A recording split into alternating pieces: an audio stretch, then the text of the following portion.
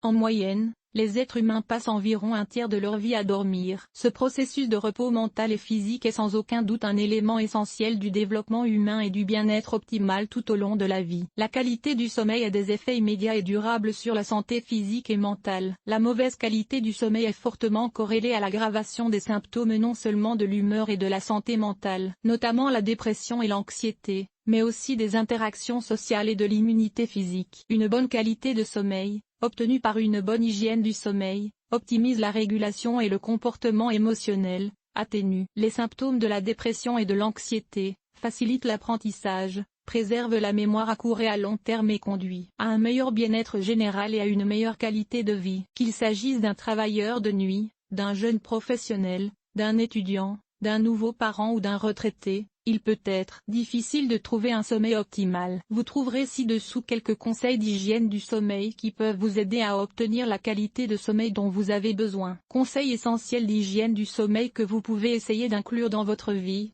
Essayez de garder un emploi du temps cohérent et régulier. Ayez la même heure de coucher tous les jours, même pendant les week-ends. Les repas doivent également être pris à la même heure. Si vous travaillez de nuit, il est préférable de prendre une collation légère pendant le quart de nuit plutôt que de prendre votre dîner à l'heure habituelle. Fin de soirée. Évitez de consommer de la caféine, de la nicotine, de l'alcool et certains médicaments. Consultez votre médecin pour déterminer un autre moment, plusieurs heures avant l'heure prévue de votre sommeil. Il faut environ 8 heures pour que le corps métabolise complètement les stimulants et les boissons alcoolisées. Cela peut nuire à la qualité de votre sommeil. Réservez le lit et la chambre à coucher au sommeil et aux activités liées au sommeil. Le fait de travailler ou d'étudier sur votre lit permettra d'associer d'autres activités, en dehors du sommeil. Il est donc plus difficile de s'endormir ou de rester endormi, ce qui entraîne une latence d'endormissement plus longue, un sommeil perturbé et davantage de réveils nocturnes. Commencez à vous détendre une heure avant de vous endormir. Éteignez la télévision,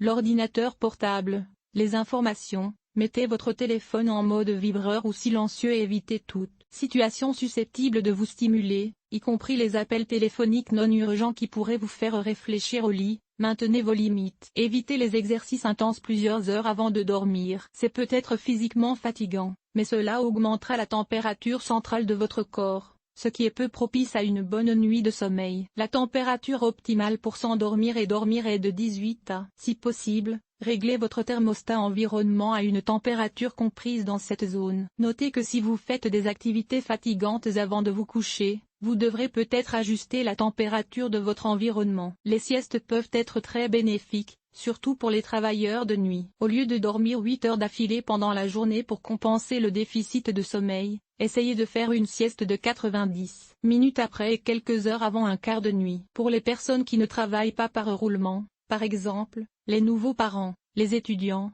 les personnes âgées, les siestes sont bénéfiques et ont des facteurs de protection pour la santé mentale et la réserve cognitive. Il est important de noter que l'heure et la durée de la sieste sont cruciales. Évitez les siestes après 14 heures et les siestes de plus de 90 minutes. La tenue de sommeil fait la différence, essayez donc de porter des vêtements amples et légers pour dormir. Si vous avez froid, un drap ou une couverture supplémentaire vous sera plus utile qu'un pyjama épais ou serré. Si vous vous surprenez à penser à votre liste de choses à faire des plans, ou peut-être même que des idées brillantes vous viennent à l'esprit lorsque vous vous allongez sur l'oreiller. Gardez un journal et un stylo sur votre table de chevet pour prendre rapidement de courtes notes. Évitez d'ouvrir votre téléphone pour envoyer le rappel ou la note. Cela vous permettra de dormir l'esprit clair et de réduire votre inquiétude quant à la possibilité d'oublier ce à quoi vous avez pensé la nuit dernière dans votre lit. Si vous avez des problèmes liés au sommeil, comme des difficultés à vous endormir ou à rester endormi, la TCCI est une thérapie efficace contre l'insomnie. C'est peut-être un traitement à envisager si ces difficultés perturbent votre fonctionnement et nuisent à votre bien-être.